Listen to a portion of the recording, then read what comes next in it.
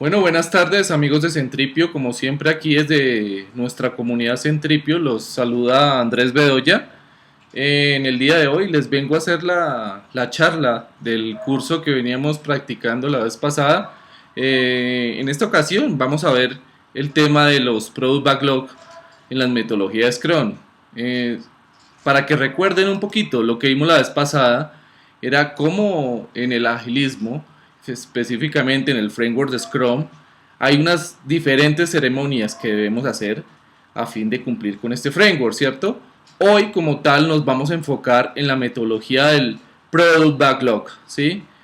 La vez pasada les di un repaso general de lo que era todas las ceremonias. A mí me gusta siempre dar como ese roadmap, ¿cierto? Para que ustedes se imaginen cómo es todo el proceso en su totalidad y en su generalidad. Y después sí me gusta empezar a detallar cada una de las ceremonias. Ahora bien, veamos. Les voy a hacer un repaso muy breve. Recuerden que cuando estamos en una ceremonia de Scrum, ¿cierto? Más bien en el framework de Scrum, cuando estamos practicando Scrum, tenemos varias ceremonias. Una de estas es que tenemos que tener un Product Backlog, otras que tenemos que tener un Sprint Planning Meeting, que es donde planeamos lo que vamos a hacer a nivel táctico, a corto plazo. De aquí sacamos unas tareas y posteriormente vamos haciendo unas iteraciones que son las que llamamos Sprint, ¿cierto? En las cuales está pues todo el equipo involucrado y en las cuales vamos a hacer como tal el trabajo como tal que nos corresponde a cada uno de nosotros, ¿cierto? Recuerden que aquí también se hacen unos dailies de 15 minutos diariamente y al final se hace un review, ¿cierto? Que se hace en conjunto con el Product Owner, que vendría siendo el cliente, el cual nos va a dar esa retroalimentación de si lo que hicimos está bien o está mal, ¿cierto? Al final, pues hacemos una retrospectiva que es para ver qué podemos mejorar o qué no podemos pues, continuar haciendo durante el proceso del proyecto, ¿verdad? Bueno, listo, con este breve repaso ahora sí nos vamos a entrar en materia.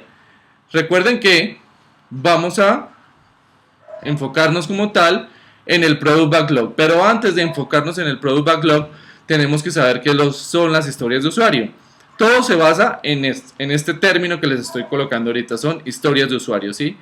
Resulta que así como cuando ustedes están levantando requerimientos, por ejemplo cuando están en UML y ustedes levantan unos casos de uso, en Scrum no los llamamos casos de uso, en Scrum los llamamos historias de usuario. ¿Y cómo comienza todo esto? Esto comienza todo por un levantamiento de requerimientos que en últimas de aquí vamos a sacar algo muy genérico que es como el tema general de lo cual vamos a levantar un proyecto. Entonces vamos a hacer un proyecto para un comercio electrónico, ese sería el tema, ¿no? O vamos a hacer, no sé, un proyecto para una tienda web, o vamos a hacer un proyecto, qué sé yo, para hacer un tema de compras en algún lado, o un tema no sé, para marketing digital, ¿sí? Digamos que los temas pueden ser muy variados, incluso el tema puede ser, van a planear su matrimonio, por ejemplo. Eh, Resulta que una vez que ustedes ya tienen el tema bien clarito, ¿sí? Aquí ya viene lo que son las épicas.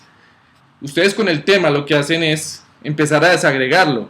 Entonces ya empiezan a generar épicas. Esas épicas son requerimientos muy generales, ¿cierto? Entonces en el caso, por ejemplo, ustedes van a planear un matrimonio, ¿cuáles serían sus épicas? No sé, tengo que alistar mi lista de compras, tengo que, no sé, ir a la iglesia y arreglar los preparativos de la iglesia, ¿cierto? Tengo que arreglar el vestuario, ¿sí? Y en últimas esas vendrían siendo las épicas, ¿cierto?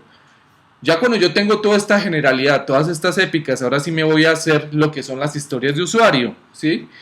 Que ya, si se dan cuenta, es una desagregación como tal de esas épicas. Veamos un ejemplo. Si ustedes, por ejemplo, tienen, no sé, que en el matrimonio tienen el tema de que tengo que ajustar los temas de la iglesia, entonces, ¿cuál vendría siendo mi historia de usuario?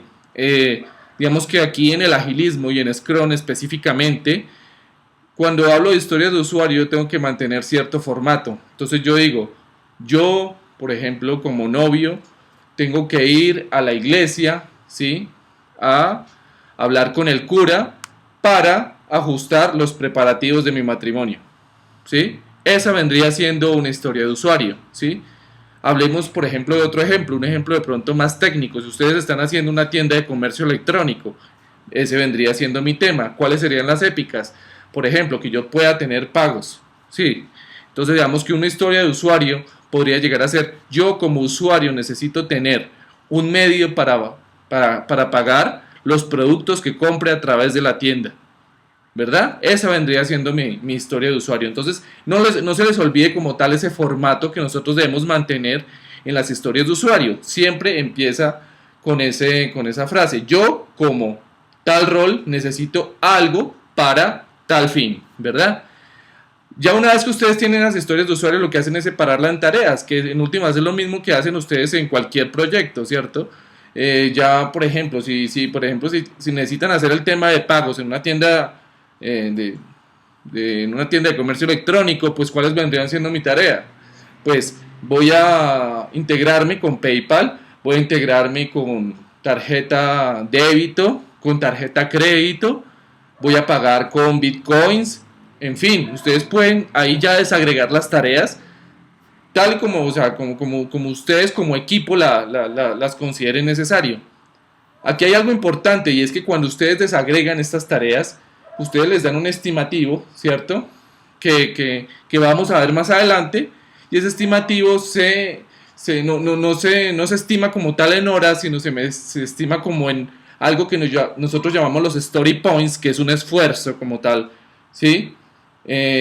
Por darles un ejemplo de esto, por ejemplo, si ustedes pueden, digamos que en su vida cotidiana, ustedes eligen la tarea que sea más sencilla, por ejemplo, lavarse los dientes, digamos, esa sería su tarea más sencilla, y ustedes les dan un story point, ¿cierto? Pero si ustedes, por ejemplo, tienen que hacer algo más complejo, como por ejemplo hacer el almuerzo, entonces ustedes le podrían colocar como 5 story points, ¿cierto? Que equivale a 5 veces el esfuerzo de lavarme los dientes. Eso es simplemente un ejemplo, pero no se preocupen que más adelante vamos a detallar un poquito esto más. Ahorita lo que me interesa es que entiendan cómo es el formato de las historias de usuario. Bueno, para seguir con nuestro tema, vamos a ver qué necesitamos para hacer este Product Backlog. Ya saben que el Product Backlog se compone de historias de usuario, ¿cierto? Pero finalmente, uno se pregunta, pero ¿cómo llego a ese Product Backlog? Dentro del agilismo, ¿cierto? Y dentro de Scrum hay una ceremonia adicional que muchas compañías agregan y se llama el Inception, ¿sí? Esto no es propio de Scrum y de pronto no lo van a ver, pero a mí me gusta nombrárselos porque muchas compañías como tal digamos que lo practican, y es una buena forma de llegar a un buen Product Backlog, ¿sí? El Inception como tal es organizar muchas reuniones con los stakeholders, muchas negociaciones, encontrar puntos en común, puntos en desacuerdo, y así yo voy refinando como tal todos mis requerimientos hasta tener ese Product Backlog. ¿Qué voy a tener de ahí? Recuerden, yo tengo un tema, después voy a tener unas épicas y después voy a tener unas historias de usuario, ¿sí?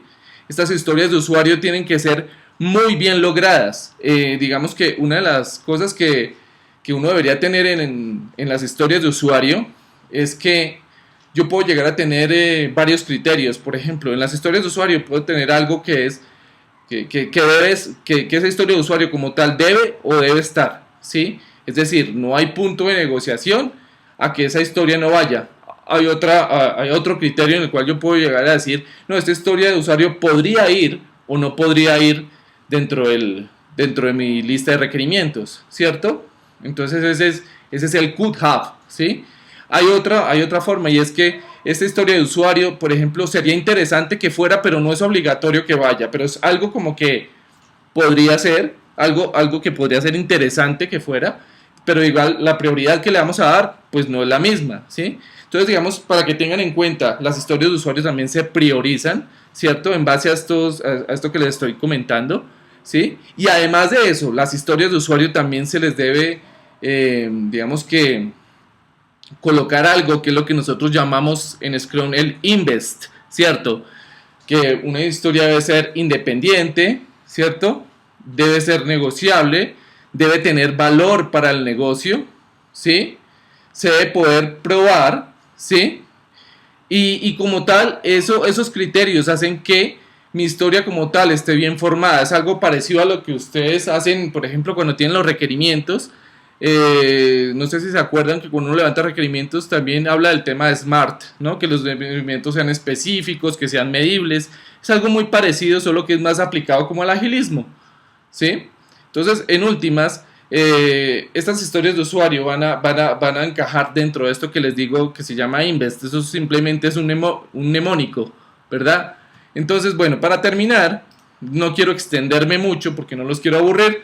Simplemente les voy a decir que a partir de todo este Inception que nosotros logramos y a partir de toda esta teoría de historias de usuario, yo voy a llegar a tener algo así como como una torrecita de bloques, ¿cierto? En el cual mis historias de usuario con mayor prioridad van a estar en el top, ¿cierto? En la parte de arriba como tal de mi torre. Y mis historias de usuario que tengan de menor prioridad van a estar en la parte de abajo. ¿Qué quiere decir esto? Pues que obviamente yo tengo que, para planear lo que voy a hacer dentro de un sprint, tengo que empezar por las historias de usuario con mayor prioridad, ¿cierto? Y estas son las que deben cumplir con ese criterio de Invest. No es necesario que desde un comienzo mi Product Backlog todo sea Invest. No es necesario, ¿sí? Solo es necesario que sean las de mayor prioridad y las que va a entrar a planear dentro del siguiente sprint. Entonces las otras pueden estar de una forma más vaga y yo, como Scrum es iterativo, ¿cierto? Yo voy refinando como tal estas historias de usuario a medida que voy avanzando y las voy planeando para el siguiente sprint. Pues bien amigos, yo creo que eso es todo por hoy. Quería comentarles, hablarles de esto tan importante que es el Product Backlog, porque pues es el punto más importante y es el punto de entrada y el punto de partida para que ustedes puedan empezar a aplicar el framework de Scrum. No me queda nada más por decirles, solo que se suscriban a nuestro canal. Somos Centripio, mi nombre es Andrés Bedoya. Chao, bye, hasta luego y hasta la próxima. No se pierdan pues la próxima sección, que vamos a hablar ya como tal del Sprint Meeting, ¿sí? Entonces, comentarios bienvenidos y suscríbanse a nuestro canal. Bye.